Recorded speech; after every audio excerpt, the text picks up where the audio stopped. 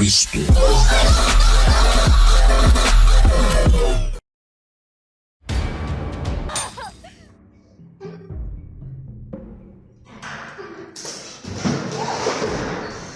We have to be concerned about safety. We have to make sure that it's believable. And I would say with all of the traps, we averaged about 5 to 6 different tests. Okay, Kevin, another idea is if we don't have the bomb connected to something, that we could have it to him, and then he runs, he moves, and then action.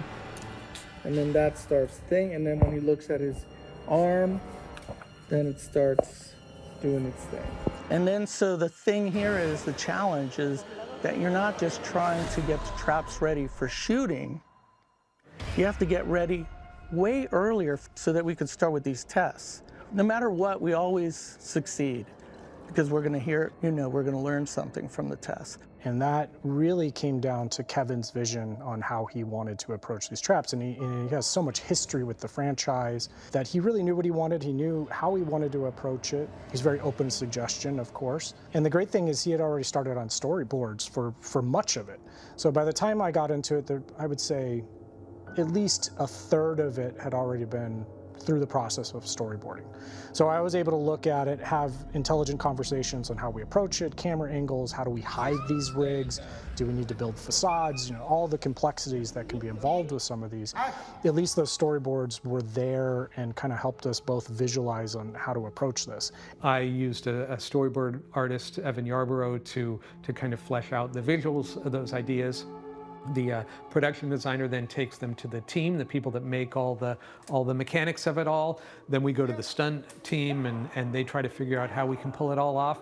That's not to say that everything worked perfectly, because it didn't, and as is often the case, there are a lot of wires and people hidden in things that are operating things. They kind of knew where they were going, so they sent us everything that they had built, or even components that were in process. So we could take a look at it, we could put it in the proper scenario with the effect, or at least a proxy of the effect, and try and figure out how do we make this work. And then we would send back suggestions of like, hey, I think we need to adjust the cables on this, we need better tension here, or maybe you don't have any control over the cables, we control it, or the rig itself that we're building controls it. So we had this dance back and forth between several different departments to kind of figure out how this would all work. The bloodboarding trap in particular, there must be 20 different people operating different spigots, operating the seesaw, operating the gears, operating the lights, the descension of the tanks, everything. There's like a different guy, and we're shouting directions in Spanish and English back and forth to coordinate everything.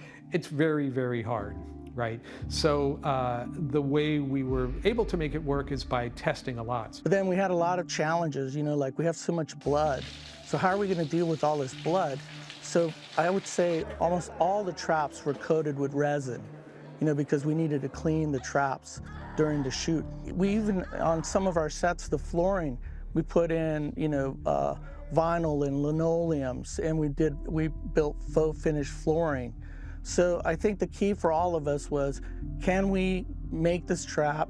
Can it work? Can we clean it up in time? One of the most complicated parts of this production, and one that we almost died on, was prosthetics. We really had trouble at first, and the production stumbled a bit because it turns out that we needed some of these actors 6 weeks in advance in order for them to be cast, and then for the parts to be prepared, and then for us to be able to rehearse with the parts before we actually shot. So for that reason, we hired Justin Raleigh and the team over at Fractured. They began their work. We shot the first 3 weeks of the film doing nothing with prosthetics because we simply didn't have them. Then we took about 5 weeks of time off over the holidays for them to finish their work, and then we came back in January. These traps are like magic tricks, because we have to hide limbs. We have to find a place for the real arm. We have to put the fake arm. We have to work with prosthetics. And honestly, that worked very quickly. Like, we were able to figure out what that dance was going to look like, who was handling what in a very, very short period of time. And then it just came down to rehearsals once we got to Mexico City, actually getting it in the real space with the actual finished components of the set and making sure that it all worked ahead of filming. And we did that on every single gag. We were absolutely blessed by the incredible craftsmanship of our prosthetics department. We definitely spoke to Nick and, went through all that process of like, this is going to be the lighting here, this is, going to be more red, more blue, whatever. And it always affects the blood. This was very rare that we got so many tests, so many, I guess you could call them dress rehearsals. And they lit it the way that they were going to light it. Nick was there showing us the frames. And so we were able to adjust the color. Like, we ran it through the rehearsal, adjust the blood. I'll go out, okay, it's still lit. I'll go just double check it. All the stuff that kind of feeds into the prep work. It's like you would look at the actor's leg and then you would look at the prosthetic and you're like, I can't tell the difference. Valentina is probably the most complicated gag, just because it had to do so many things on camera, and budgetarily, we can't build 6 of those things. So we really had to kind of make it a one-trick pony in a lot of ways. Even in my 20-plus year career, that's one of the hardest gags that I've personally done, because there are so many elements that they wanted to get out of one, like, fake body.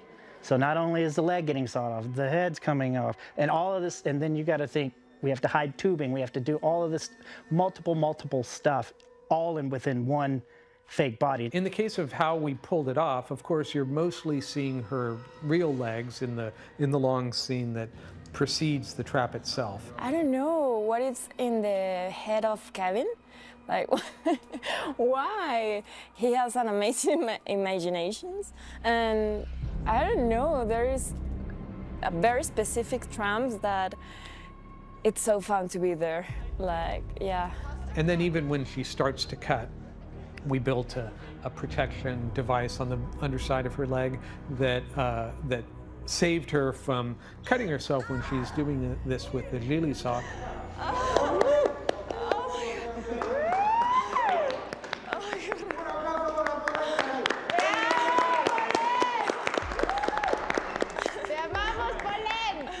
But once it gets into the action, there's 2 major components to it. There's a full fake body, full complete likeness of her, of the actress. And then there's a separate, and we made multiples of these for that initial sawing through the leg gag. We see, blood coming up, practical blood through this blade, and then we had to have her step out, replace the pedestal that she's sitting on with one that has a hole in it so that her real leg can be hidden in the hole, and then a fake leg attached that then we resume shooting with her really cutting through that entire leg, and then using the femur that Fractured Effects built into it as the source of the marrow. So it was fairly complex to pull all that off. We shot that entire scene in, God, how many days was it?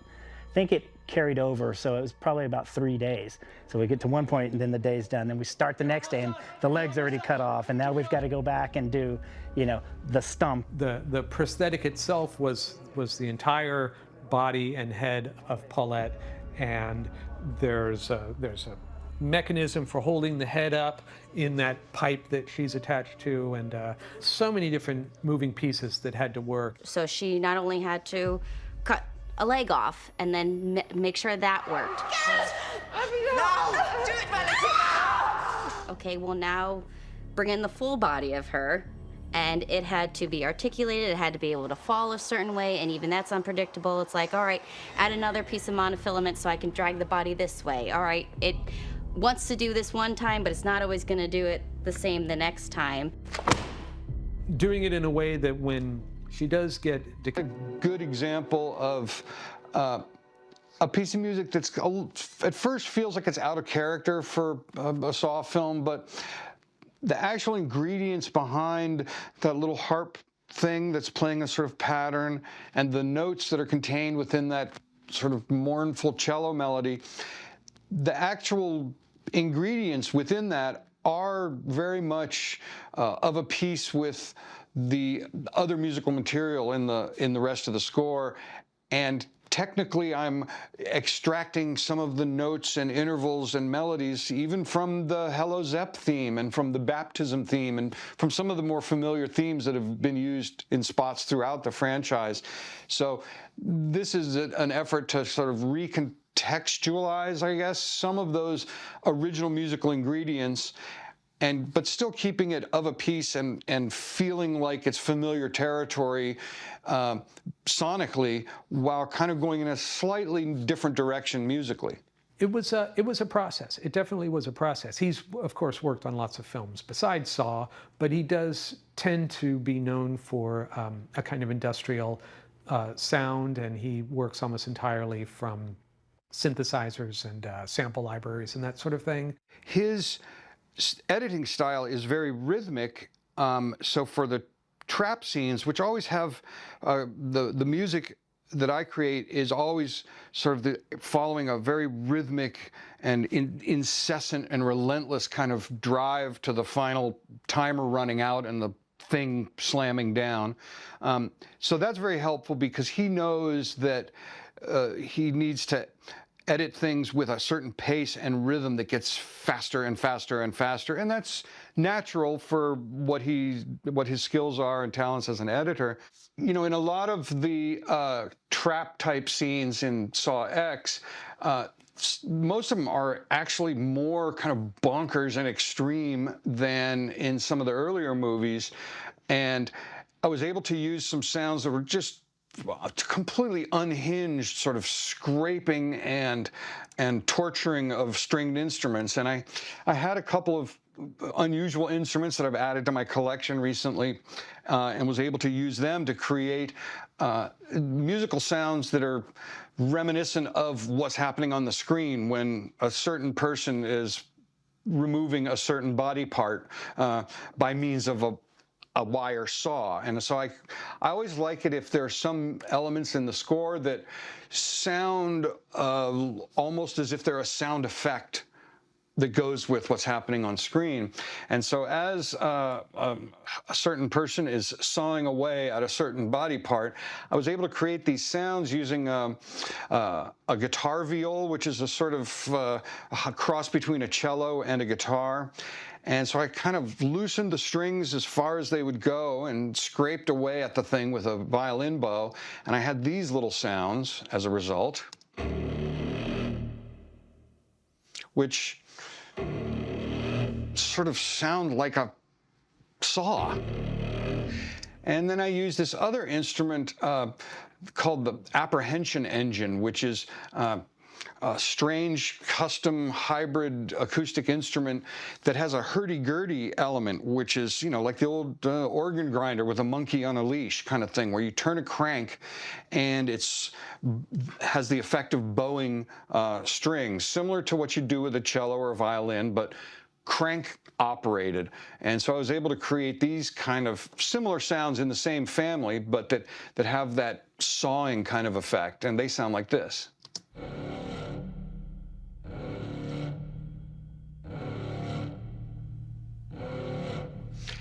And then as the cue progresses and things get a little more intense, that sound gets faster and more insistent and winds up being like this.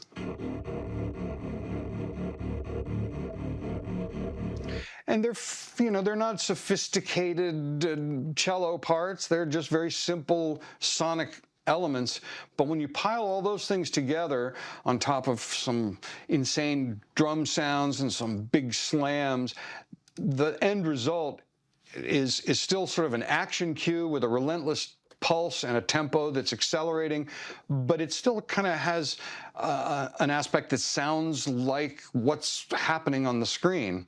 And once it gets going and kicks in, scraping away at a violin kind of sounds like. This is not the type of thing that I can really do in the other kind of projects that I score. Saw movies present a unique and fertile landscape for using these kind of ugly and tortured sounds that I probably wouldn't get away with in most of the things that I score. and this is something that's kind of unique in my experience with the Saw franchise. It's not the kind of configuration that happens in a lot of the other projects that I do. So whenever I'm faced with the climbing that mountain again and doing some elaborately constructed cue for a trap scene, I know that because of Kevin's directing and editing style that it's not going to be a painful train crash of rhythms that feel out of sync with the picture and out of sync with the action on screen. So even though the job can be hard at times to lay that stuff out, Kevin's natural tendency to cut the scenes in a rhythmic manner makes it that much easier for me.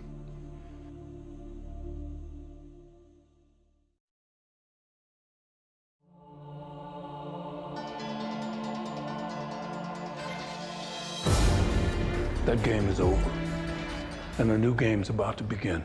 A month or two ago, I went to Lionsgate to see the trailer for the first time. I was there with Mark and Oren in a room of, I don't know, 10 people. And they, I was very nervous. What's it going to be? Is it going to spoil? Whatever. And I saw it, and I got kind of teary, and I couldn't speak for a few seconds because I just couldn't believe that was a movie that I worked on, because I love the trailer so much, and the use of that song, In the Air That I Breathe, just really had this emotional impact that I couldn't believe. I had so many goosebump moments on this movie. From the very beginning, when I have the camera, I am the first audience. I get to be the first person there, and it's one of the reasons I love operating. To have those experiences, to have all these goosebump moments, and then to get to the point where I finally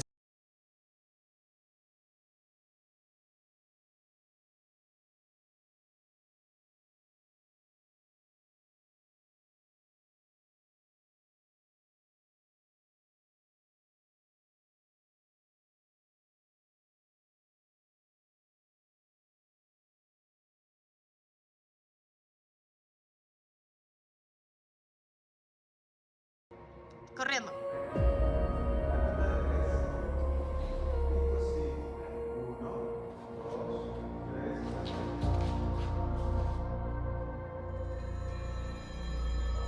Ready, please, and let's roll. Rolling. Ready, and 3, 2, 1, action.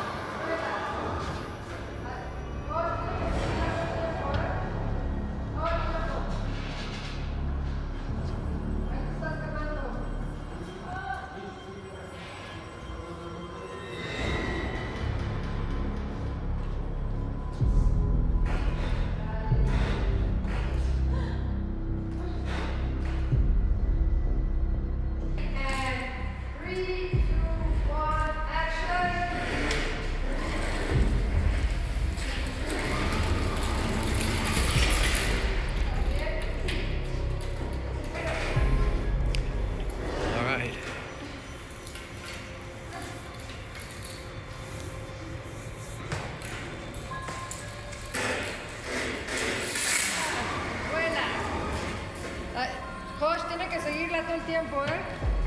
Todo el tiempo. Ahí te estás quemando.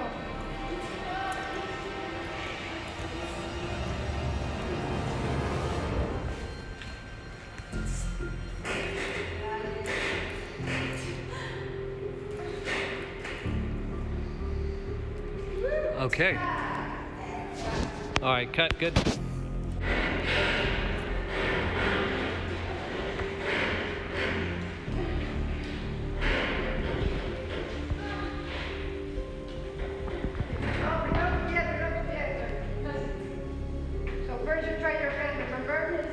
Back.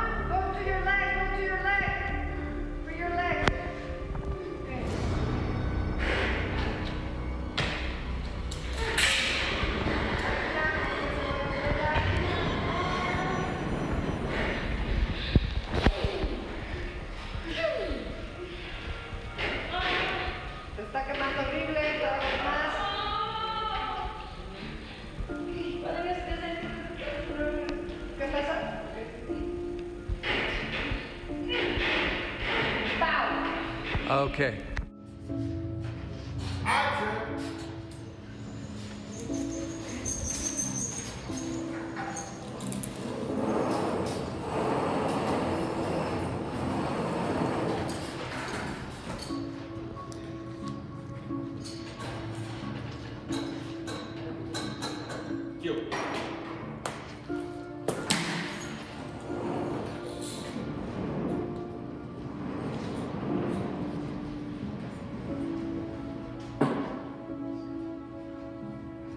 That was pretty great.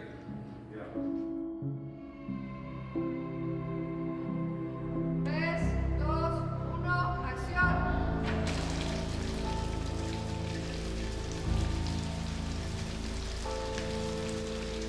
Okay, córtala. It's action. 1, 2, 3, block.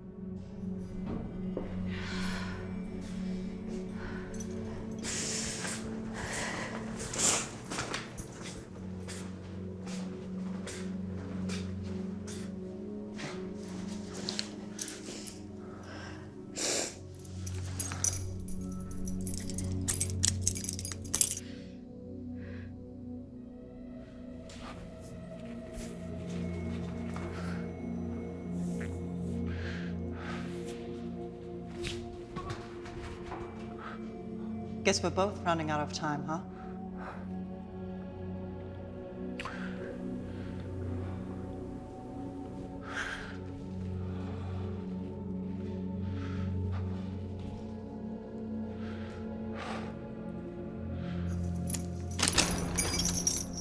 Is he your father?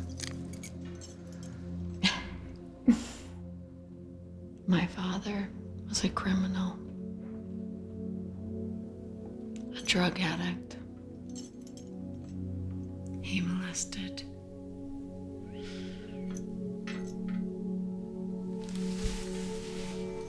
children.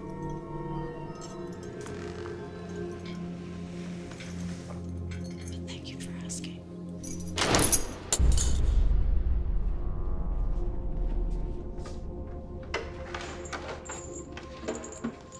I know now.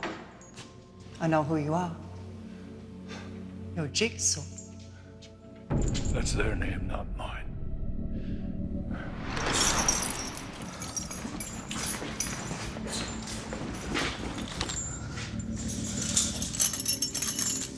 John saved me.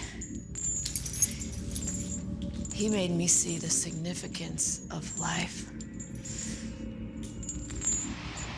I've read about your murders. I don't murder. That's bullshit. You talk about cleansing the world or some crap, but that's not true, is it? If it were, you'd take my offer and let my father heal you. The truth is that you can't live with what you've done.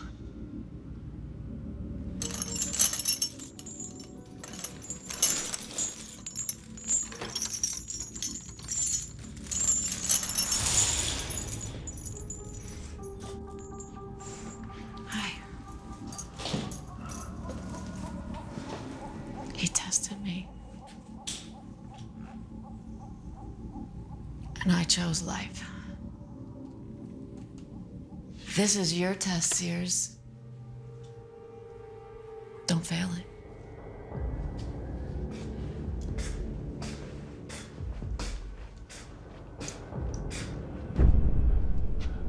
So you're taking the easy way out by letting yourself die. You're a murderer, John. I'm just a healer. All right. And John Wayne Gacy was just a clown. You're right about me. I'm a huge disappointment to my father. A great scientist. Horrible dad. I grifted off his name. Shitting on his legacy was just a bonus, I'll admit that. I rob, and I steal, and I cheat. Money that's about to go to some government or someone's spoiled children, I don't care. I admit it. Why can't you admit to what you really are? You know, I really should have seen you coming. I played so many games, and here I got played. And now you want revenge. You're wrong about that. There's no shame in that, John.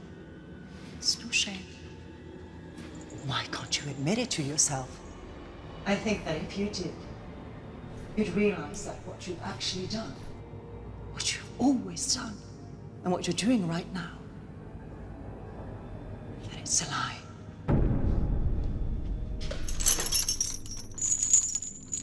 I once told you we're not so different, you and I, John, and I was right. We are liars. Both of us. The only difference? I'm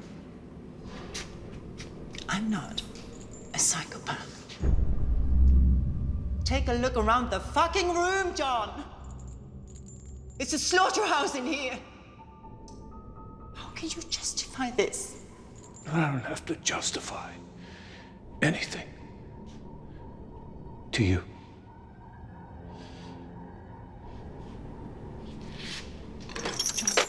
John, please. Please listen. Let me help you. Let my father save you. I swear on my life. Well, soon we'll find out if you have a life to swear on, all right? Gabriella. No. It's time. Please don't. Please don't. Please don't let him do it. Please do something. Tell him. Please don't let him do it.